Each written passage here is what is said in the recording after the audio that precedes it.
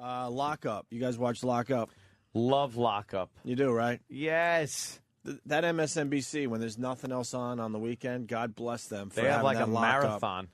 I watch nothing but prison shows, cop shows, detective shows, like the real ones, not fucking fake, CBS, CSI shows. Just the real ones where things like that, cop shows, cold case files, like all those shows are the best, and Lockup. Yeah, well, this one was on some California prison, I believe, over the weekend, and I was thinking to myself, if you take the California prison and you take the Rikers prison, Yeah, and then you have some friendly competition. Oh, friendly. See which prison is tougher. I told Ed before the show, I'm like, where do these monsters live before they're caught? Because they're the scariest people on earth. Monsters. With the tattoos all the way up to their their foreheads, and holy crap. Would you be scared if you got in trouble? Frightening like, say it was for something nonviolent, like there was some kind of, let's say your agent made a tax error and you didn't even do anything criminal. Oh my God. And like they said, look, you got to go for a year. It's mandatory. I would be butt raped as I was signing in. Yeah, it would be over. That's the first thing I was thinking. I'm like, how the fuck would I avoid a butt raping? Yeah. Shit while you walk constantly. Constantly walking shit like a horse. Because these guys something? That wouldn't even help. There'd be some guy who goes, I like shitty asses. These guys were monsters, and prison. Take away the crime and how much time they're doing and all that, because that's a different discussion, obviously. But it seems being in prison is just exhausting. Yeah. You have to watch your back constantly, and they have the most mundane rules. Like in the real world, these rules people would just laugh at you. Like in prison, if you use someone's chin-up bar, you're going to be killed. Yeah, and why not? You're going to be killed if you work out before they allow you to work out. And I'm not even talking about the prison. Now you go out in the yard and it's time for the workout. Now you have to wait for the gang. Whatever gang runs the yard, to tell you it's time to work out. And usually you have to work out in a group. And there's like secret exercises and all this crap. It just seems exhausting. You just can't be a guy that just wants to do his time, go out, work out a little bit, walk around. You got to be in a gang. You're constantly looking over your shoulder. It's like the gazelle at the waterhole thing. Yeah. You're constantly you look around what's gonna bite my throat out today. They're explaining you got to be careful how you look at people. Yeah, and everyone knows this, but you're like all of a sudden you look the wrong way. You look up and my God, I'm looking right into this guy's eyes. I didn't mean to. I disrespected him. I'm dead. Now I gotta make a weapon. I would walk right over there. I'm telling you guys, it's about staying in shape. I'd walk right over there with my headband on, and I'd get into an Olivia Newton-John type of workout, where I'd shadow box and lay on my side, and lift my one leg, and it'd be really I would get a step platform with leggings and a headband and pink wristbands and do step. And 1 and 2 and 3 and 4. That's how many dicks are going into you. I know. 1 and 2 and... Come on, you sodomites, get up. I like the guys that go, that old cliche. First thing you got to do, you find the biggest guy in there. Okay. You walk up to him and just kick his ass. You punch him in the face. And then he beats you and rapes you, and everybody sees that you can't fight. Yes. I'd find a small man and beat him. Find the oldest guy in a wheelchair and tip it over and say, now what, motherfucker? Whoever says that just doesn't know what prison's all about. They'll kill you for that. Of course they would. You don't walk up to the biggest guy. Guy, you punch him in the face, you knock him out, and then you fucking, walk away, and that's going to work. And then you go to prison, you got to join a gang if you weren't in a gang on the outside. And then they interviewed over the weekend a guy, he's a white Crip.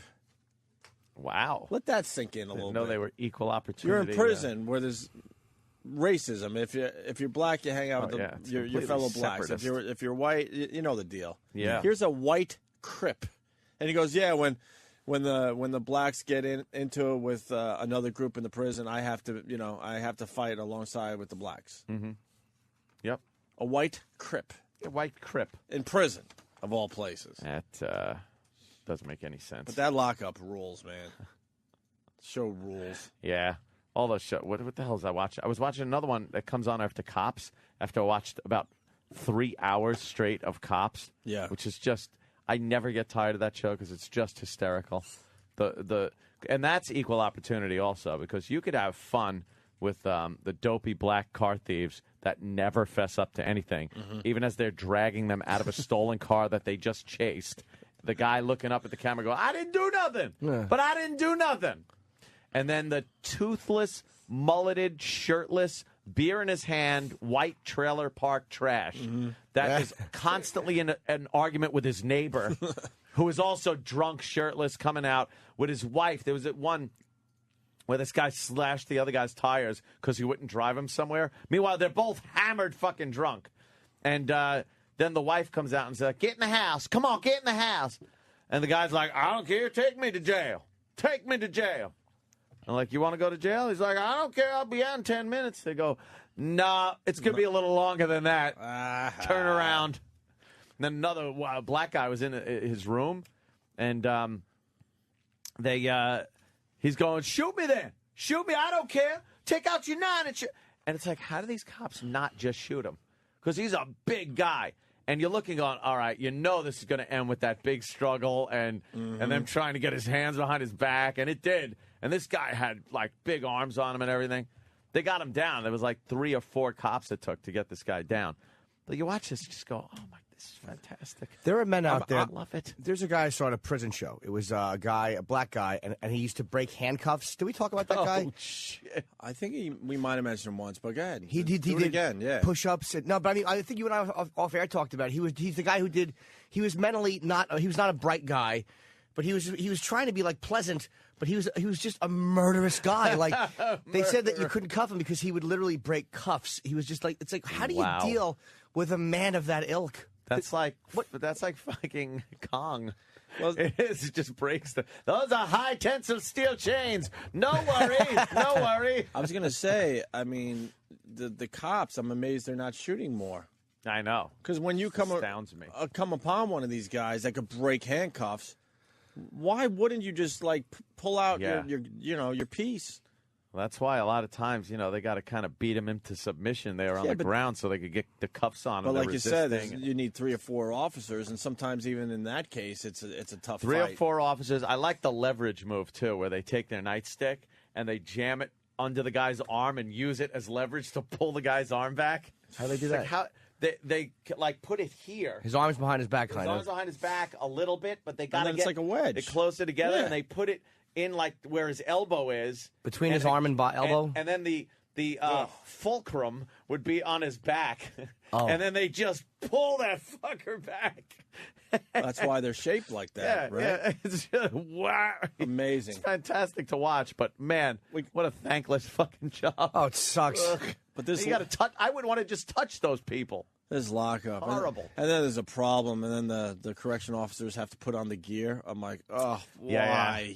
And they pull the shield out. Oh, my God. But that's probably for cops, though. At least there's 8 of you, and you all have gear on. Yeah. Like, that's not as bad. It's like when you're individually, you have to deal with somebody who's got a problem. Yeah. But on this show, when you see them put the gear on, you could see it in their eyes like, oh, this isn't going to be fun. Yeah. And then everyone's like, are you ready? And they're in like a little wedge. They open that cell door and they get, oh, my God. And then the one guy with the pepper spray and the other guy. It's like, we got to deal. Can't this guy just go to the mess hall or in peace? Stop throwing your shit at everybody. That's what they do, too. Yeah, they'll piss and then I went to bed scared. I'm like, where are these monsters? Before they're in prison, they're out. They're out doing their thing. Here's a retired correction officer. Oh. Sir, I don't have your name. Mike. Hey, Mike, what's up? Welcome to the Opie and Anthony Show. Yeah, I was listening to you talk about, like, if you use equipment, you'll get messed up. No, what it really is, the worst thing is the telephone, because they have slot times. The convicts will have slot time, like the ones that are trying to run the house, and a mate will come in. There won't be no one on the phone. He'll get on the phone, and then he gets cut. And they'll slice him from, like, his ear all the way down to his chin. Wow. But, if you're a white boy, it's pretty hard on Rikers Island. I mean, I retired in 2004 because the whites are very outnumbered there. So they usually will hang out with the Spanish. But, yeah, I mean, the raping thing, I never really seen much of that. The only ones that ever Sorry to hear that. got raped were actually homos that just in case. You know what I'm saying? But like the raping thing, I never seen it. But as soon as you walked into the housing area, and this is back in like the 80s and the 90s, but as soon as you walked in the housing area, if you were a white boy, they'd surround you.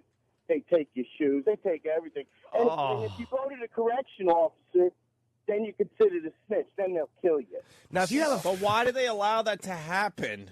I mean, I don't care. You know, if you got yourself in a prison, whatever. But I'm just like I said, that's a discussion for, you know, maybe later today or another day. But why do they allow the white boy to just be completely surrounded like that and all his stuff taken away?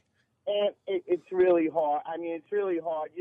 There's usually, like in a dormitory setting, you got 100 inmates on each side and one officer with them. So there's really not, really that much you can do. Do they at least? You don't got no stick.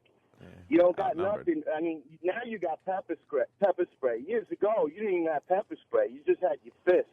And, you start fighting. They had like a body alarm. You press that, and then the squad, it's the guy who suits up and stuff. They would come. But you got 2 minutes. Hey, do they at least put the white boy in with another white boy, or even that's a hassle where they put you in with a black guy, and obviously in prison, blacks hang out with blacks, whites hang out with whites. That's got to be a nightmare. Rikers Island is a lot of dormitory settings, and if you got a cell area, there's only one person in the cell area. It's like college, Opie. See, because I'm at least thinking, like, all right, if I got my own cell, so if I'm a little scaredy cat, I'll go to my cell. But if you've got a dormitory setting, you can never rest. You can't do nothing. I remember right before I got out, Mark Gastineau was in the prison I worked in. I was in C-73, and he was playing the MO house.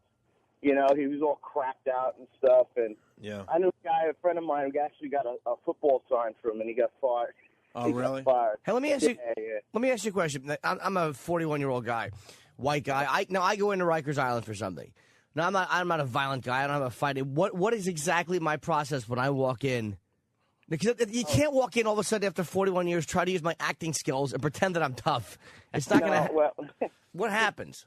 What you were saying before, like if you just commit your first crime, they got classification now. Years ago, they just threw you in with the rest of them, but now it's like a classification system. So if you're like you haven't been arrested before and it's a nonviolent crime, you won't be with murderers, because what was happening is you would have a guy that just got busted with a pound of pot who has to do 6 months, and they're putting him in with a guy that's doing life.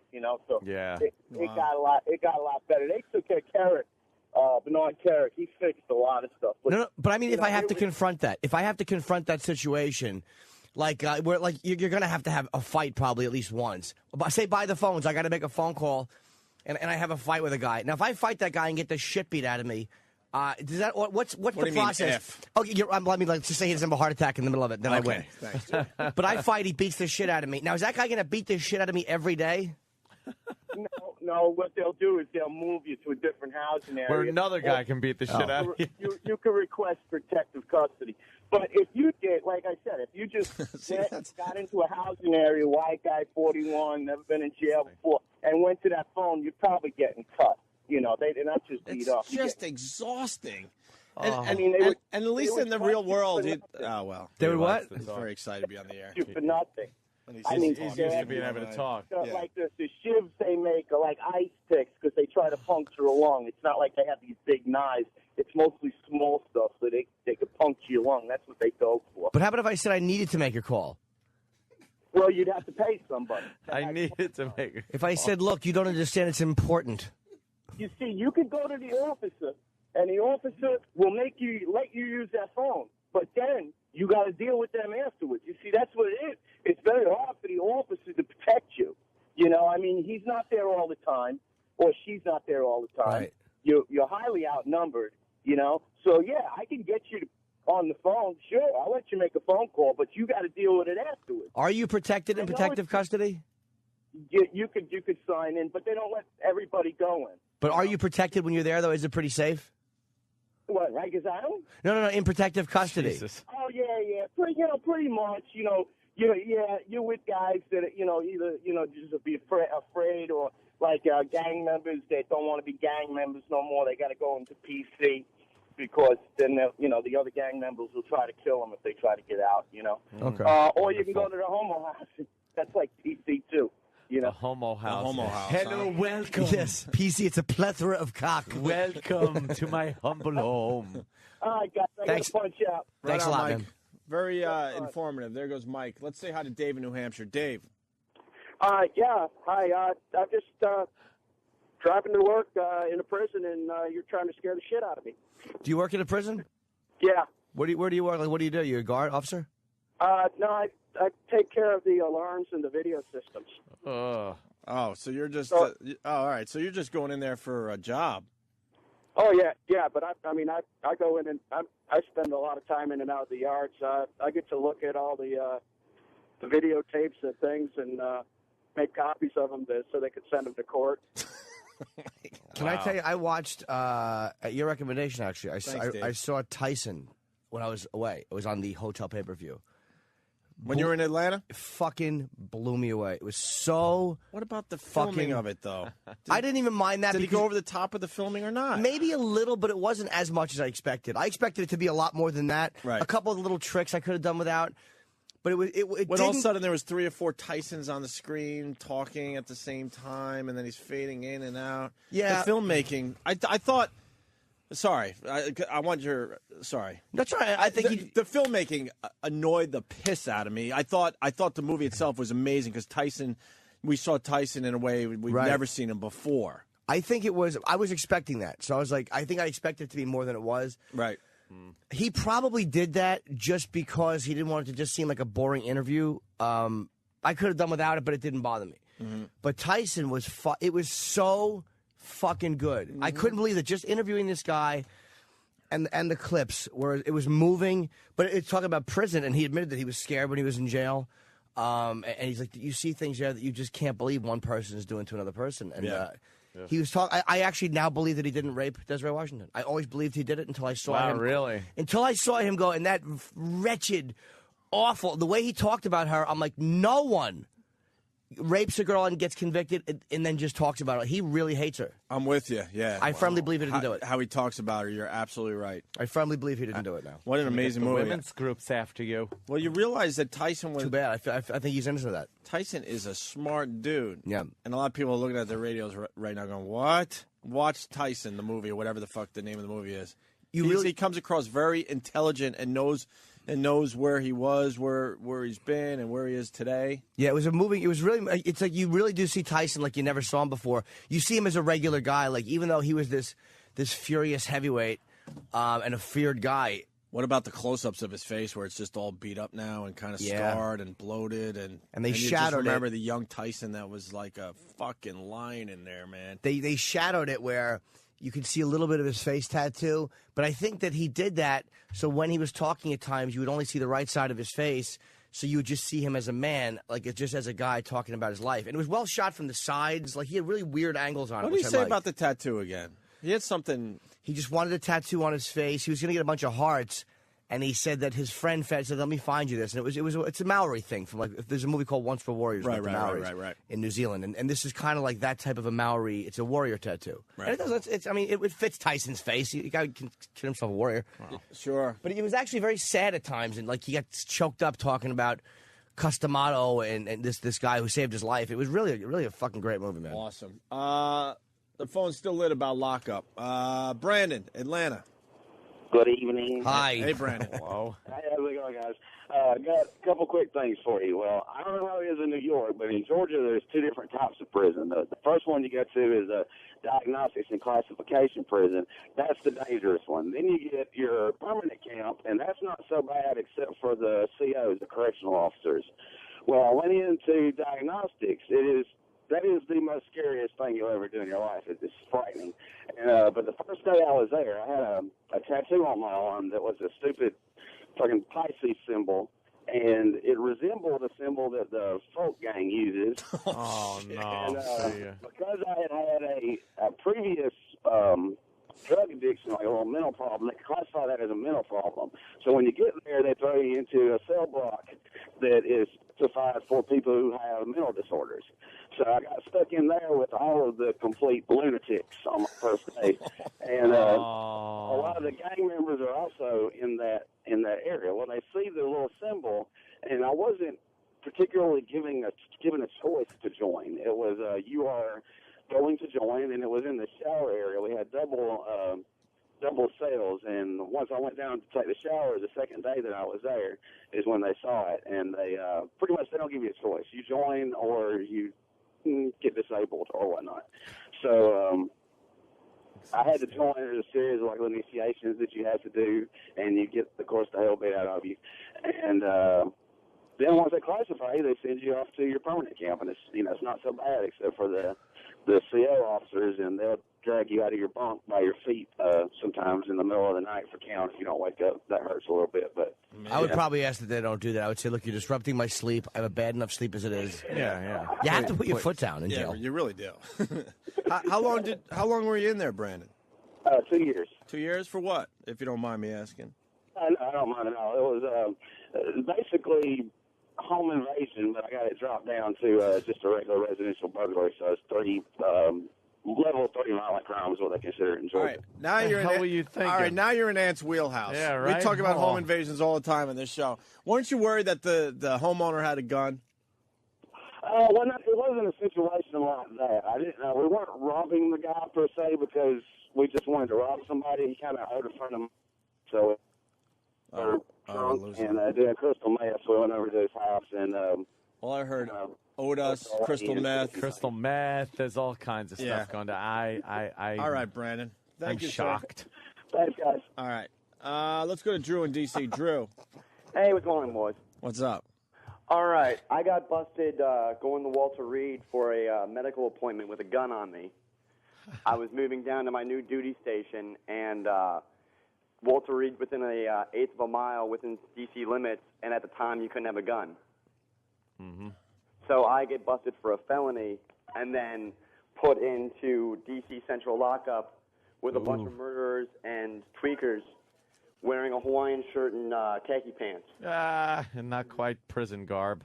Yeah, I had to buddy up with the guy that had, savagely beat his girlfriend. Was like the only person I could really talk to. All right. All right. We've been circling around here, and we got the bit now. Drew just nailed it.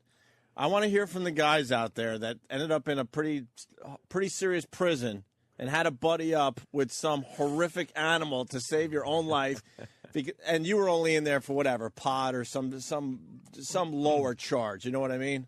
Here's a guy that had to buddy up with who again, Drew? The guy that had beat his girlfriend. Beat his girlfriend. And now you have to be best friends with this guy for your own survival. Yeah. Well, you know what? You have someone in studio that went through that. Jimmy Norton. Spent a night in the lockup. Stick that chest up.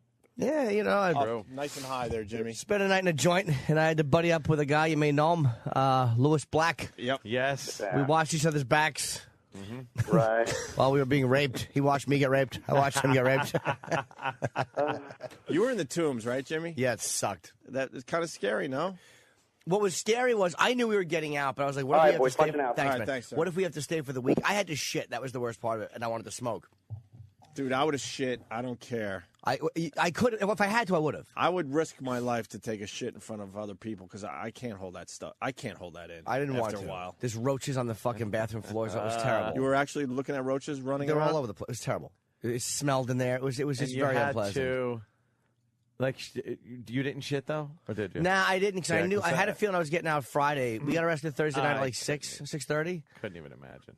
And then we were out by Friday at like 8. But that we just made it out. I made a Dangerfield spot 20 minutes later. My balls were stinking. Friday, 8 o'clock at night. PM. Yeah, it was 27 hours. 27 hours in the joint. And no, it was like 5 o'clock on Thursday. Yeah. And I just made a Dangerfield spot that night, I remember. And I went and shit in the Dangerfield bathroom. I had to go so badly. Could not even imagine having to just shit on an open toilet like that. And they say, they say the tombs are pretty intense. Well, there was guys in there. The thing was, you see guys. I don't think guys in that particular area. There were guys there that didn't seem to want to fight a lot. Because you're going to court from there. But so you kind of want to, You kind of want to stay under control because you are going to see a judge eventually. Yeah, I mean, we had That's the cops. probably not the best place to start a fight when you're going in front of a judge. Luckily, we had the cops loving us too because they all knew what was going on, and they're all O&A fans. So at least we had them. Those guys kind of kept us all in one area, and Jesus. We had to mix a little bit though. We went up right before court. They put you in a cell right before you walk in to see the judge. We were there for a few hours, and you're there with convicts, and they were all again low criminal guys. They weren't fucking gang members in it for shootings, but it was fucking frightening, man. It was frightening. Because some guy told me to put toilet paper on my finger and shove it up my ass if I had to shit. He goes, that will help you stop. Oh, they give you all. Yeah, I got some prison advice on how not to make a doo-doo. That's nice. That is nice. Let's go to Jimmy in Florida. Jimmy. Yes. How's it going, guys? Jimmy. Hey, Jimmy. Happy birthday, Gene. Thank you, sweet pie. So, you were talking before about how the prison system in the U.S. is pretty fucked up. Have you ever watched that show Locked Up Abroad? I have not seen Lock Up. Have you, Ant? Locked Up Abroad. No, I saw that when it was that one woman that was smuggling weed or something and said she didn't know. Oh, it was in her bag. Indonesia? Yeah. La Chappelle, her name was, I think. You think that would be a bad place to be locked up? Indonesia? She got 20 years. Luckily, they put you to death for that. That's death. Horrible. Oh, amazing. What do you got on that, Jimmy? Nothing. Just bring it up. I'm sorry. Okay. You know what? No, I'll take a peek on your recommendation. That was a moment. That's okay. I'll take a look at that. I'll have a full report. Thanks, Jimmy. Full report. Guys, all right. Here's a Nazi Jew. What? Are you a Nazi Jew, it says? Yeah, you could say that. You could say that. All right, what do you got? Look, I was locked up about 20 years ago on a fucking weed charge. I got set up by a buddy of mine. Got sent to state prison in Atlanta, Georgia, actually south of Atlanta there. And had to buddy up with some guys that were in there for murder, had disturbing double life for murder. I think he murdered his girlfriend. But while I was in there, I kind of met, but didn't want to talk to, the Atlanta child murderer, Wayne Williams, the guy that killed all those kids in Atlanta. Yeah. Yeah. Oh, yeah. I wasn't going near that dude, but I was kind of in the same vicinity. That dude was tiny, man. His wrists were like fucking. You could put my hand, like my fingers around his wrists. I don't see how he could have done what they said he did. I mean, I'm sure he did. It's children. It's still children. I mean, you got the upper hand. Well, they were also no. Some of them were like 18 or young men, yeah. Right. But he also, he might have drugged them or something. You could put something in someone's drink if you get them to trust you. And then once they're out, you can do what you want. Drill holes in their head. But Put Drano in there. Electrocuted somebody while I was there. Sorry. Who did that? Jeffrey Yeah, Dahmer. they electrocuted somebody while I was there, and the lights actually do dim. Or they did it this one. Wow, nice. That's probably crazy, man. That's probably the boys just fucking with you guys. All right, just flicker the lights a little bit. Yeah, right. You know, they're probably just lights, fucking with you. fuck with them. Yeah, Jeffrey Dahmer wanted to actually make like zombies. He wanted to make sex zombies out of his little boy toys that he'd bring home. So he drilled holes in their head, just a power While drill. they were alive. Yeah, while they were like drugged, but they weren't knocked out drugged. They were just kind of. And he drilled holes in their head, and then like pour like Drano in there and other things to try to slow them fuck down. their brain up, so he could make them just sex slaves for him. Without it, but then it always ended. Well, I guess now I got to kill you and put your head in a pot, and boil it. Eat your jowls. He wasn't a good boy. No, Jeffrey was naughty. a fresh boy. He was very naughty. You think he had problems, Jimmy? That's a guy with fucking major problems. Major problems? Major. I heard he was killed in jail. Had nothing to do with his crimes. I heard it was because he cut somebody on the lunch line or something. He did something fucked up to somebody in jail. Yeah, it wasn't even that. That's exactly what we're talking about today. Yeah. A disrespect thing. Yeah. You don't even know you're disrespecting unless you're focused 24 hours a day. Yeah. You have to have that sharp focus. This leads to Fleece Johnson. Good old Fleece Johnson. Danny brought to the show about a month ago, and look how it all comes together. You want to meet Fleece Johnson? Sounds like a made-up name. This was from a past lockup show. When lockup visited Kentucky State Penitentiary, we met Fleece Johnson, a longtime inmate who practices a very different kind of homosexuality. Yeah. We meet Fleece Johnson. Yeah, this just isn't good. Talking about homosexuality and eerie music at the same time. This can't be good. This can't be good. Oh, no. Oh, no. What is Fleece Johnson into? Of homosexuality. But we have sexual desires, right? So you got a bunch of men locked up in one place. All of them get hard. All of them's horny. All of them got sexual desires. So what are they going to do? You won't let them have a woman. They going to have each. Somebody's going to have to give us some booty. And it's just that simple. The most memorable story that Fleece told us was about the place and importance that booty has in a maximum security penitentiary. Oh, and he went on about it and on about it. In his prison, booty was more important than food. Booty, a man's butt. It was more important. I'm serious. It was more booty, having some booty was more important than drinking water, man. Oh, my God. I like booty. I like booty. Booty. I guess Booty, booty. Was there a booty, little bit of booty? Do you have enough about the booty? Oh, yeah, right? When you give up the booty, you get all sorts of stuff in the joint there, Danny. Is that what they're saying? This Fleece Johnson. That. No, I think he was just saying that it's. I think the desire is so it just overcomes you, and it gets to be to the point where being hungry and eating a sandwich is it's. Jimmy, would you be booty guy knowing they would just take care of you? But they're not. No. What do you They're think? not. They're They're nice just to you? giving you an achy asshole. So this goes back to how this started. So even if you go, all right, I'm going to be booty guy just because I'm exhausted. Oh, you're just getting fucked. I don't like looking over my shoulder anymore. I'm just going to be booty guy. You're just getting fucked. They still fuck you up. Yeah. Because my luck, I get the one who wanted to kiss, too, after. Like, who'd want to trail spit between our mouths and who'd want to hold my face with his fucking angry, dirty prison hands. It's like, what do you think? You're getting respect for letting another man put his cock in your ass? You're getting no respect. So no matter what, it's just exhausting. You're done. Just exhausting. Johnson went on to tell our crew how he used to satisfy his sexual desires, especially during the 1970s and 80s, when he was most active and prison security was more lax. When I see one and he looks good to me, when I go see him, I say, you come here. I say, I'm telling you what, I like you, and I want you. And we can do it the easy way or the hard way. So the choice is yours, right? And it was always yes. Johnson also had a warning for the new generation of inmates. They might be asking for trouble from old-timers. You know, they got this thing where they sag their pants past their butt. It's a style. They call it some sort of gangster style. You know, it's sexy to us, right? And see, but they weren't prepared for this, right? So you sag your pants in her, man, somebody be up in your butt. Oh, wow. So if you wear your pants low slung, the old timer's going to be like, yeah, I like that. But what is the It's different like kind of showing cleavage. homosexuality he was talking about? He likes to fuck butts. That's pretty gay 101. Isn't he the one that talked about tossing salad? No, that was a gay guy. This is No, there was a guy that talked about not him licking ass, but somebody else licking his ass. Yeah, putting grape jelly in it, right? Yeah, It was yeah. a gay guy, I think, in an HBO documentary, tossing salad. I remember Was it that guy. gay? 'Cause I he believe said- so. Spectro from Michigan writes, this sounds like a Saturday Night Live skit. Yeah. Johnson even let the lockup crew know that when he was in his prime, they wouldn't be safe from his advances either. Stop. If y'all had been in her back then in them days, and as much as I like booty, I probably felt one of y'all butts as y'all was walking past me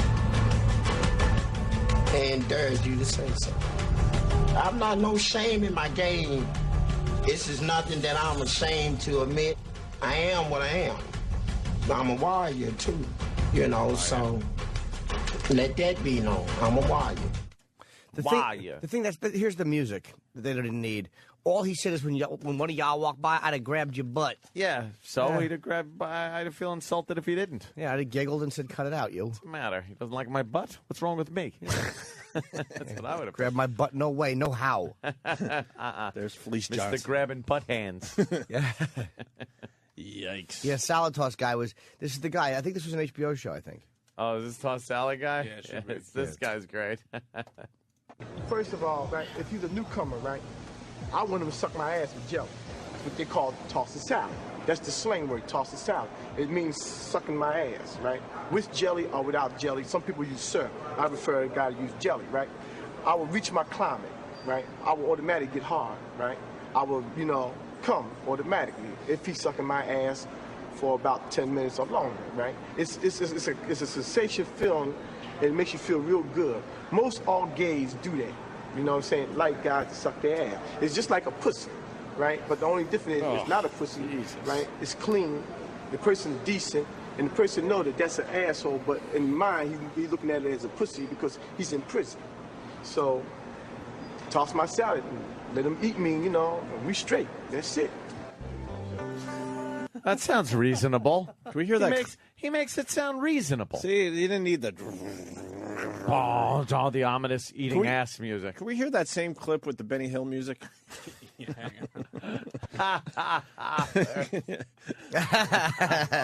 No. Travis, you play the Benny Hill music over there, and let's see if it sounds a little different. Yeah. He's spelling Benny Beeni. Don't be Travis. And don't find the live version. I know. Linger longer.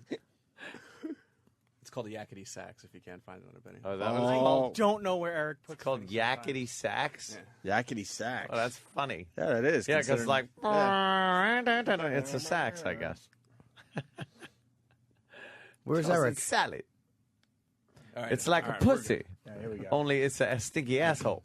First of all, right, if he's a newcomer, right, I want him to suck my ass with jelly. That's what they call toss the salad. That's the slang word, toss the salad. It means sucking my ass, right? With jelly or without jelly. Some people use syrup. I prefer a guy to use jelly, right? I will reach my climate, right? I will automatically get hard, right? I will, come automatically if he's sucking my ass for about 10 minutes or longer, right? It's a sensation feeling. It makes you feel real good. Most all gays do that. You know what I'm saying? Like guys to suck their ass. It's just like a pussy, right? But the only difference is it's not a pussy, right? It's clean. The person's decent. And the person know that that's an asshole, but in mind, he's looking at it as a pussy because he's in prison. So, toss my salad. Let him eat me, and we straight. That's it. That's it. That's it. See, it does add a fun little aspect to it. Stephen S. From Bayshore is first of the week. He writes, "Toss my salad. We straight? Straight? I have to disagree, sir." There's nothing straight about that. Yeah. That guy's little conversation. Ugh. All right. Off to a good start. So we're going to talk about the Obama beer thing. Yeah. And the wrong way, lady. Holy shit. A tragedy in the New York area. I don't know how that happens. 8 people dead because of a dummy. New York? They have. Oh, okay. Well, a little north of here, Jimmy. Not too far. Oh, one happened in Georgia state. too. Someone wrong way on the highway. That's what I thought. What? There was one in Georgia, too? A big all one. over the place. Guy going to a family reunion from Queens. That's why I thought. Ridiculous. What the fuck? All right, we're going to step aside. Opie and Anthony, and Jim Norton is back from Atlanta. For a couple hours. I leave at noon 9. At noon 9? Noon 9. Yes, it's noon somewhere. You're shooting today, right? No, I shoot tomorrow, but I have to go up today for fittings and script Jimmy and all that stuff. is shooting a movie. I know. And this isn't a one-liner thing. No, I don't have a huge part, but I got a few. I'm back on Friday, then I go back up next week, I think. It's big enough that you got a couple weeks ahead of you of filming, and that's yeah, cool, I'll man. see what Brendan wants to do. I mean, I'm not sure what stuff he wants to do. Oh, so. really? Who? Yeah, it's just Brendan. Whatever, we'll see. Brendan. He's in Crash. Holy shit. Jimmy is taking off. It's about fucking time. I'm sputtering in a circle. No, you're taking off. It's about fucking time. All right, we're going to step aside. Opie, Anthony, Jim Norton.